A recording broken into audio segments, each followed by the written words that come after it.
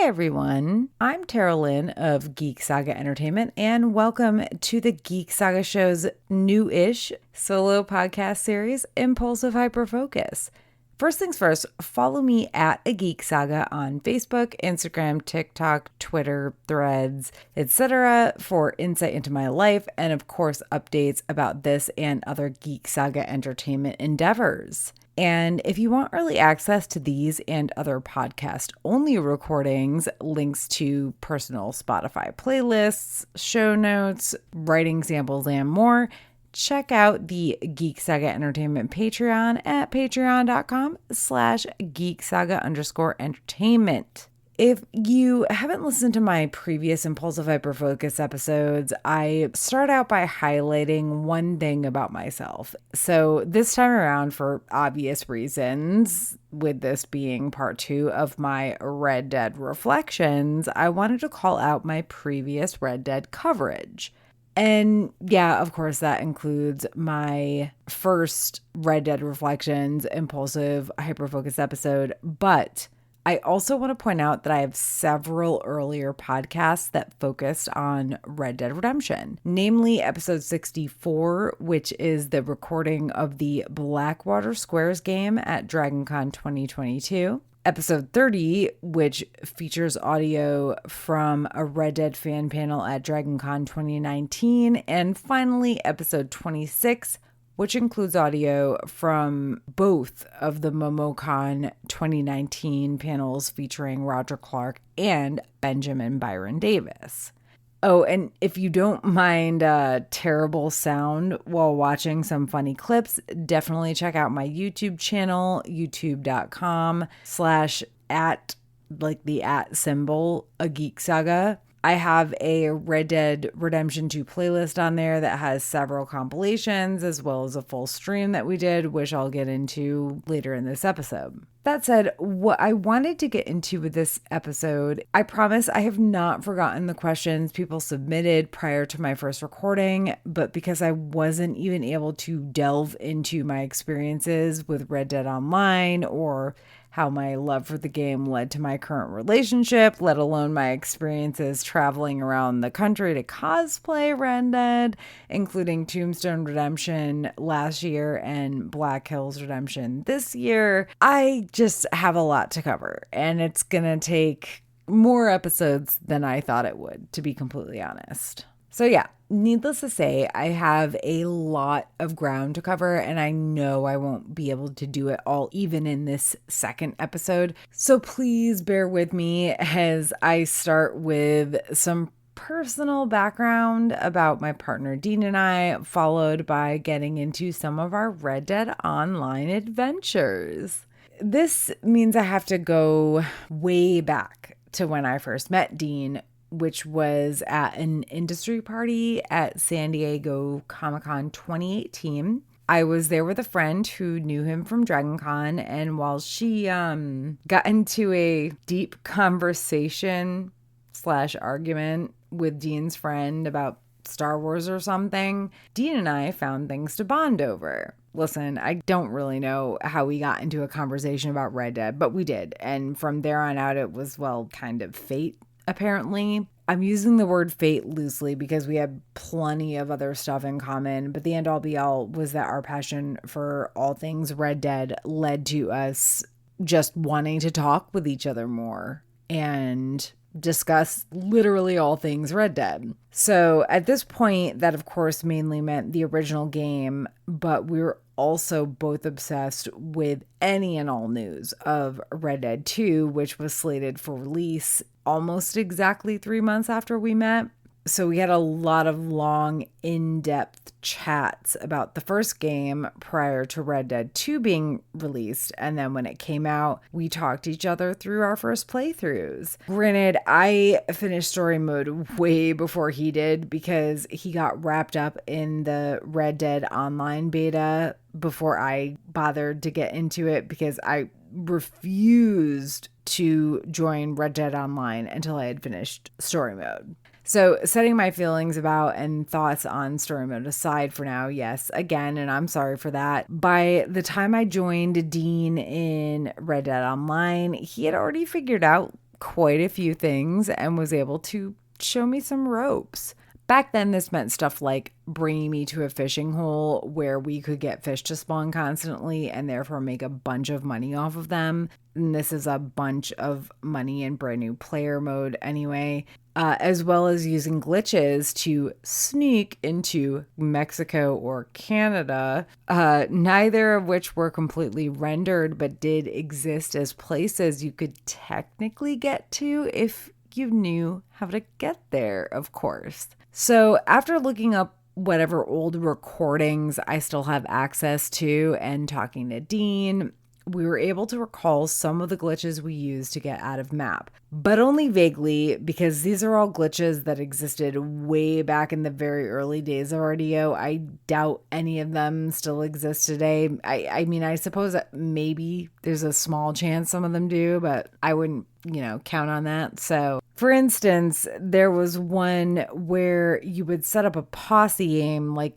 an inter-posse fight, near the edge of the map, and when the game started, you would spawn outside of the map. Also, far southwest near Gaptooth Ridge, there was a spot where you could work the controls just so to slide over a big rock and get out of the map and then go north to Canada or south to Mexico. The only other one we could specifically remember was to find a short hill somewhere on a shoreline, go into first person mode, and then when you started to slide forward, you would point the joysticks opposite each other, which somehow caused you to slide across the map over to the out of bounds areas.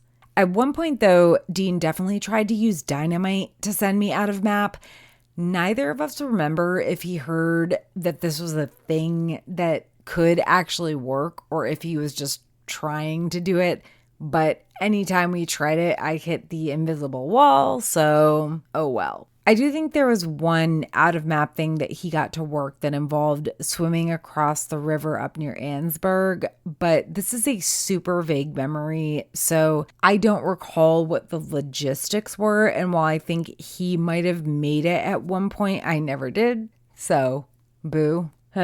All that said, we definitely had some fun out of map, whether it was me watching Dean kicking pronghorns who were just standing around and usually not reacting, something I could not bring myself to do, or mainly just taking in the views of Manteca Falls, exploring the not fully rendered version of El Presidio, and riding through Sidewinder Gulch, which was pretty exciting at the time because the only way to play the first Red Dead at this point was to have that like PlayStation online subscription where you actually had to play it online, which was slow and glitchy and awful. Trust me, I tried it. It was terrible. Anyway, of course, there were also some not so fun glitches too. Some of them were just little things like trying to join a posse member on a wagon and just getting stuck on the footboard or whatever until the person driving turned the wagon enough to knock you off. Or the time I got stuck in a water trough and no matter what I did, it wouldn't let me out. Thankfully, it wasn't for very long, but still, good job, early RDO. But there were also some glitches in the very early days, mind you, that were, I don't know, funny, but also kind of beyond frustrating. Like the time I couldn't call any horse, not mine, not even a nag, and I was playing with Dean, and when he dismounted to try and see if I could get on his horse, I couldn't even do that. In fact, the only interaction I could have with his horse was it kicking me, and then it kicked me to death, and then it ran off, and he could not call it back. At which point we were both so frustrated that we just started messing around, including him trying to lasso me, but he could not see the lasso catching me. And while I could see it at first, eventually he would lasso me and I would just be like flying through the air with nothing attached. So it was literally a whole ass mess. And it got so bad at one point that he couldn't see me at all, even though I could see him. And when that happened, we just totally gave up on bothering with playing online that evening because I apparently started the session persona non horsa. And it seemed like by interacting with me, Dean became persona non horsa as well. And we also couldn't do anything else. And hilariously, that same session included a griefer trying to rope me and failing. And when I was finally able to kill him, his horse spun around on the ground like a top, which was really fucking creepy, like Exorcist shit, but also hilarious. And like, not to bring the mood down, but speaking of griefers, I feel like we, and by we I mean generally Dean and I, kind of experienced phases with them, as in we could go months at a time without being bothered, and then suddenly there would be a week, maybe two, where they would be a consistent issue. And listen, maybe this is just me and the way I've always played online games, but I've never really understood why someone would go into a multiplayer situation like this with what seems to be the sole aim of making other people's sessions miserable. Also, while I'm apparently a good enough and or high enough level player that most tasks aren't challenging, I'll be honest, when I get worked up about people attacking me for no reason, it's like all of my knowledge and ability flies out the window and I can't concentrate or do anything fast enough to actually deal with them. So that's really fun. Anyway, who wants to focus on that kind of negativity? Griefer's gonna grief. And even though they were definitely one of those things that put a bad taste in my mouth when it came to RDO, I think we were really lucky because compared to the number of hours we played, our experiences with them were almost, well, negligible. And while I certainly dealt with a lot of RDO glitches that were frustrating, they were much easier to laugh about. I don't know, like the time we kept finding horses swimming around half submerged in the dirt. Okay, wait, that might have been kind of hilarious, but was also sort of traumatizing for anyone in my generation who grew up being misled about how quicksand was a much bigger problem than it actually is, or, you know, anyone who watched Artax die in The Neverending Story.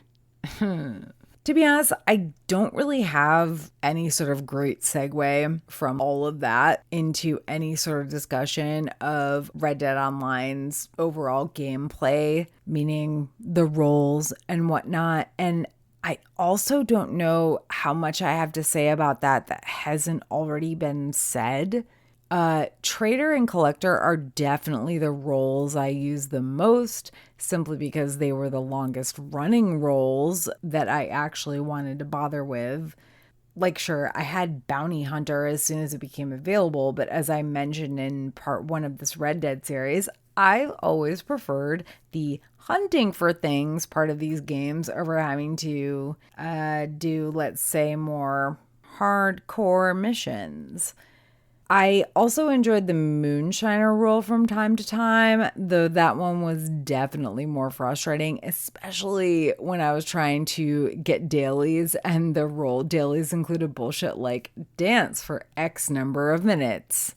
And I think earlier on it was like 2, and then later it was like 4 or something. And listen, I know that like that number of minutes is not super long, but it seems fucking long when you're just standing there like holding down buttons. Like, I just want 0.07 gold or whatever bullshit they're giving you for this. I don't know. I have thoughts. But anyway, those were the dailies that they wanted for Moonshiner, like way too often. Also, the dailies were basically the only reason I bothered with doing anything for the naturalist role. Harriet is something else, and while in real life I am very much anti-hunting for funsies, damn it, it's a video game, and I love doing it in Red Dead, as I believe I have previously established. So getting sprayed by her because I was fulfilling other dailies or trying to load up my camp? Yeah, no thanks, honestly. And speaking of dailies, they certainly weren't the only reason I played Red Dead Online nearly every day from, either the end of 2018 or early 2019 until early 2021. A lot of that was enjoying spending time playing with Dean and others. Sometimes Dean's older son joined us in our adventures. Sometimes random friends of his or mine or mutual friends did. We played with his brother quite a bit early on, and from time to time, my ex-husband, who technically introduced me to Red Dead and who I'm still good friends with, also joined in. But early on, Dean and I both set goals for earning certain amounts of gold and money, and man, those early days of dailies were quite literally the golden days. Back when you hit a 28-day streak and you earned a max amount of gold for every daily you completed after that, as long as you did not break that streak. Oh man, those were the days. Until they nerfed the gold earnings from dailies, that is, and now you make that max gold for, I'll be honest, I can't remember how long, maybe a week. But then I asked Dean about it and he was like, I think it's only a day. I'm honestly not sure, and please don't hate on me for this because I do not play Red Dead Online enough to remember when I literally had not played for, years. But I thought it was maybe a week. Dean thinks it's only a day, and we kind of stopped caring all that much about the streak shit after that because regardless of how long you earn the max gold, a day or a week, you then get bumped back to the minimum earning. Lame, to say the least. On top of that, the minimal new content they've provided for RDO has been disappointing at best. Like when they introduced Bonnie and later Sadie missions, but their missions are lame as fuck and not even deserving of the two amazing female characters who give them. And then there's the blood money update, which from the start was nothing more than a giant annoyance because how often can you really listen to NPCs go on and on about Capitale before you're over it? For us, it was a very, very short amount of time. All of this led to my actually canceling my PSN subscription not long after I moved to California because at this point, Dean and I were in the same household and it felt weird to force ourselves to play Red Dead Online. Well, not even regularly, let alone every day when we were finally in the same household.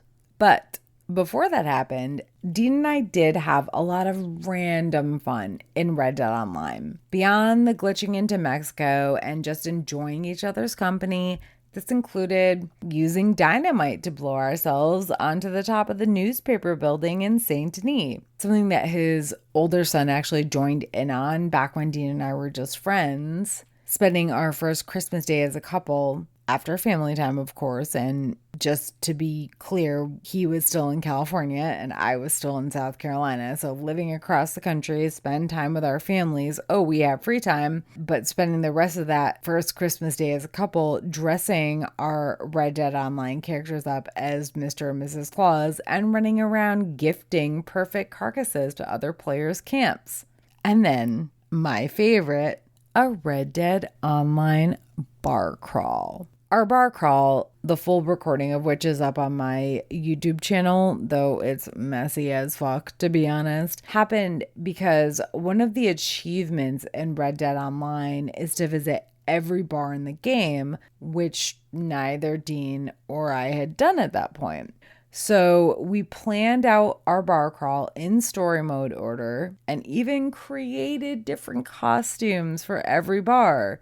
Oh, and also drank in real life, which if you actually have the time or want to watch that video, I honestly would not suggest it.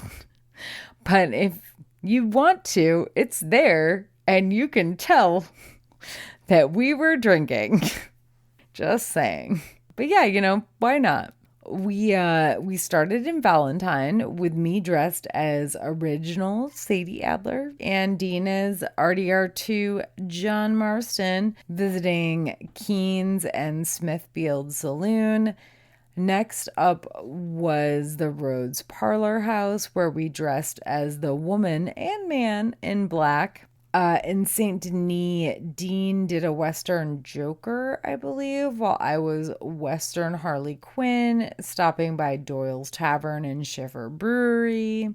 Oh, God, Van Horn, the bar being the Old Light Saloon, called for bounty understudy on my part, and for some reason, Dean did a John Wick look. I don't know why. From there, we moved on to Blackwater, where pirate costumes seemed appropriate for the Blackwater Saloon, the Armadillo Saloon in Armadillo, and the Bar Saloon, or Saloon, if you will. And Tumbleweed meant Bonnie McFarlane for me, and Red Dead 1 John Marston for Dean. Oh, and we finished out the night in my Bayou Noir Moonshine Shack for good measure. Now, one thing I want to say is that I actually re-upped my PSN subscription after Black Hills Redemption last month because I met some awesome people there who still play online on a regular basis. And while I don't quite have the time or the energy to play Red Dead Online more than like once a week, and even that might be stretching it, I'm super excited to have a new posse to join when I'm able to, which again isn't super often, but I love having the option. Mainly because it makes something that ended up feeling like work, what with the press to get dailies and all, seem fun again. And I don't know that I ever would have bothered with Red Dead Online again if it weren't for meeting the awesome people I met at Black Hills Redemption, which is something I would love to get into in this episode. But I do have a personal limit with these recordings, and sadly, I have met it for now. But I promise my next episode will be about my quote, real life, unquote, experiences with the Red Dead fandom.